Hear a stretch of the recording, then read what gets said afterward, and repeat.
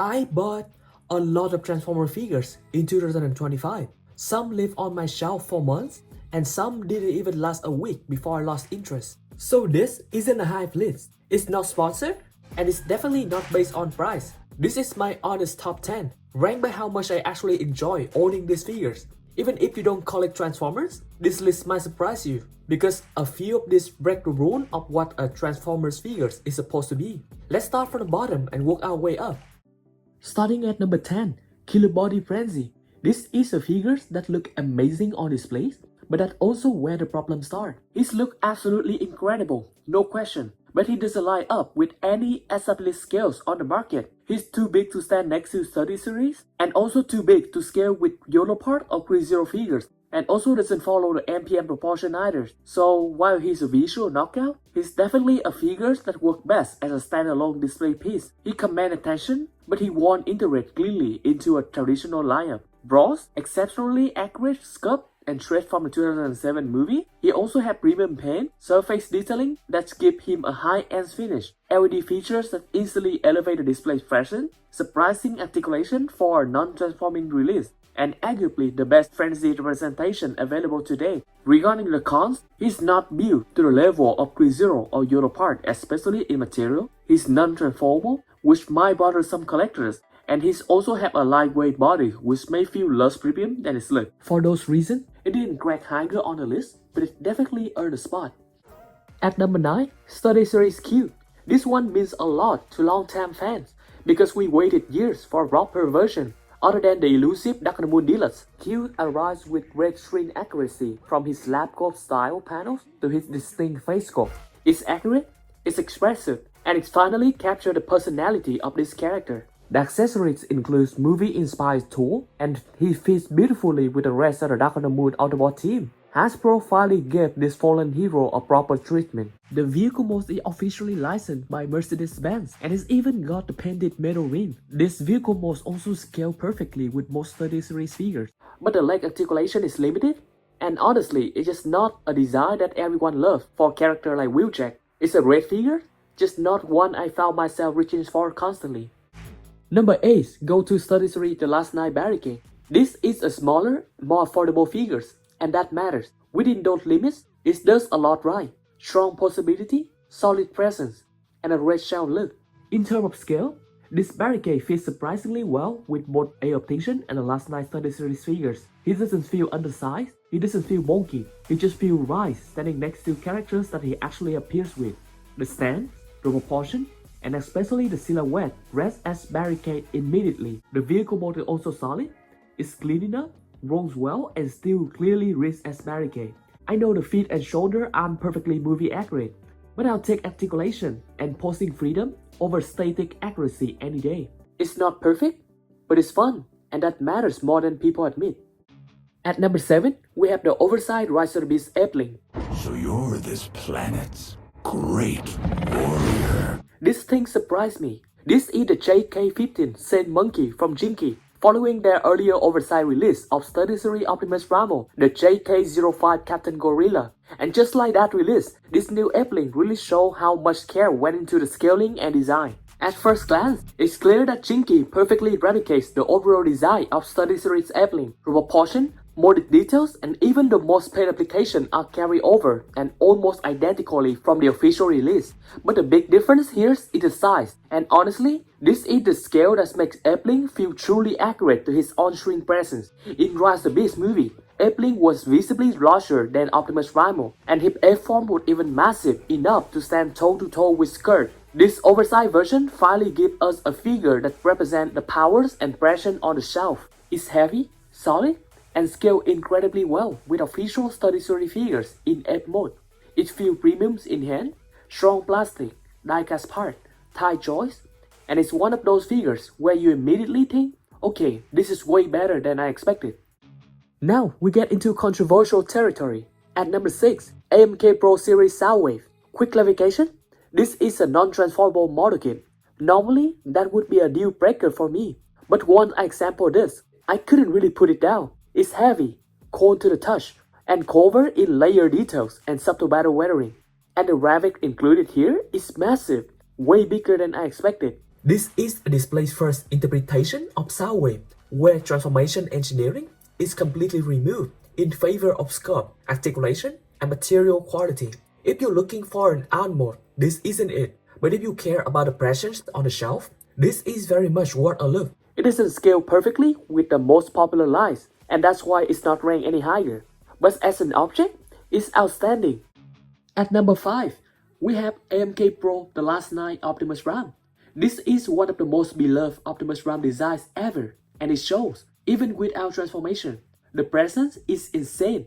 This model kit even comes with a dedicated skeleton frame, which is made of a combination of durable plastic material and die-cast part, and possesses its own dedicated paint application with weathering effects. Aside from its extremely detailed molded model part and a highly accurate paint application, the model kit prides itself in its premium articulation, which allows it to capture every single pose that Optimus Prime performed in the Last Night movie. Unlike the Bumblebee movie AMK Pro Series Soundwave, this one scales surprisingly well with smaller Strafe figures, especially the dealers from Eppling and the Last Night, and it poses beautifully and just feels importance on the shelf.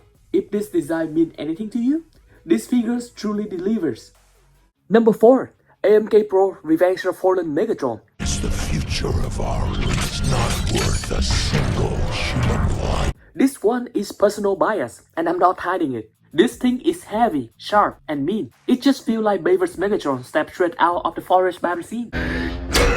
The first thing that hits you once he's built is the weight. This Megatron is loaded with die-cast parts, especially around the joint and the structural area. You feel it in the legs, torso, and even the cannon's arm. It's got that cold and solid metal feel that instantly streams quality across all of the joint and a tons of other parts in the chest, legs, and feet area. The armor used thick ABS plastic with a premium metallic paint finish, layered gunmetal, darker shading in the gaps, and subtle rust tones that make it look alive. The scope is absolutely phenomenal. Every chaotic blade, jack mechanical tendon from the Revenge of Fallen design is faithfully graduated. The head scope is razor sharp, the teeth are individually defined, and those piercing red eyes combined with the LED cannon just make Megatron look vicious. There's a perfect balance between mechanical realism and visual readability. Every piece has a purpose. This looks like the IOM model shrunk down to your desk. For what is technically a model kit, the articulation here is mind-blowing. You get over 30 points of movement, including butterfly shoulder joints, double elbows, waist articulation, and an incredible ankle pivot range. The torso grunge even gives him that hunched predatory stance from the movie, the one right before he tackled Optimus Prime into the trees. And surprisingly, it worked really well with many standard figures like 30 series line, including Voyager class and Dealer's class figures. This version of Megatron perfectly captures the essence of the Forest Battle Megatron, brutal, relentless, and terrifying. Every angle stream power, and every pose radiates characters. It's honestly my favorite Bayverse Megatron design, and this is the definitive version to all. At number 3, Threezero Eppling Optimus Prime. Legendary warriors, the powers that created us now want us all extinguished. This is the transforming figures, and it finally does this design justice. These highly anticipated figures look amazing in hand. Some of us may think that the backpack is too big, but honestly, for me, I don't mind this backpack at all. Especially when we can take this entirely off. It's an option to make the figures look so much leaner. The robot mode is detailed, and articulation is a huge step forward. The vehicle mode isn't compromised, which is nearly on par to that of the Last Night Voyager class figures. The weapons can all be combined together and stored on the vehicle mode. Furthermore, I absolutely in love with how these figures transform, which resemble quite a bit of how Optimus Prime actually transformed in the Eppling movie. This is one of those releases that make you realize how far this line has come. Number 2. Black Apple Optimus Prime. I am Optimus Prime, and I send this message to any surviving Autobots taking refuge among the stars. We are here. We are waiting. Ever since this figures was reviewed in 2019, I have always wanted a version for myself. At the time, this figures was amazing. It was a huge step up in comparison to not only the original MPM-04 Optimus Prime, but also all of the competitors at the time, including Black Mamba. With supreme paint application including chrome colors, superior full hand articulation, transformable double wheels, movie accurate radiant flame decoration, and much more movie accurate backpack using real part of the vehicle mode.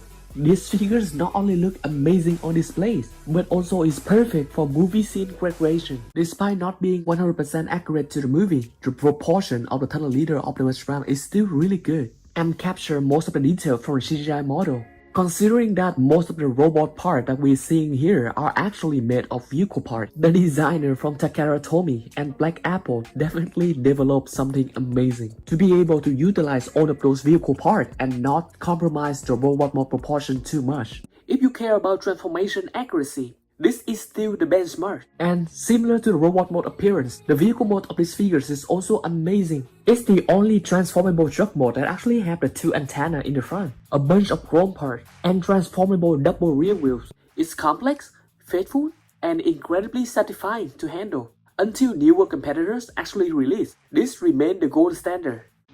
And my number one figures of 2025 is Byway Strafe. This is the figure that surprised me the most. The quality, the weight, the paint, the tire choice, everything exceeded my expectation. The sculpt, the wingspan, the presence. This Strafe feels premium in a way that most third-party Bayverse Dinobots just don't. And yes, it scales beautifully with the KO Oversized Dinobots that we have shown on the channel before. And when you put him next to the full A-Distinction Autobot squad, he completes the displays beautifully. It looks incredible on the shelf, dynamic in flight pose, and massive next to other characters. Even if you don't know this character, you can feel the quality the moment you pick it up. This is the figure that he kept coming back to play with. That's my top 10 of 2025. Not based on hype, price, or brand loyalty. Just the figures that actually matter to me this year. Let me know which one surprised you the most.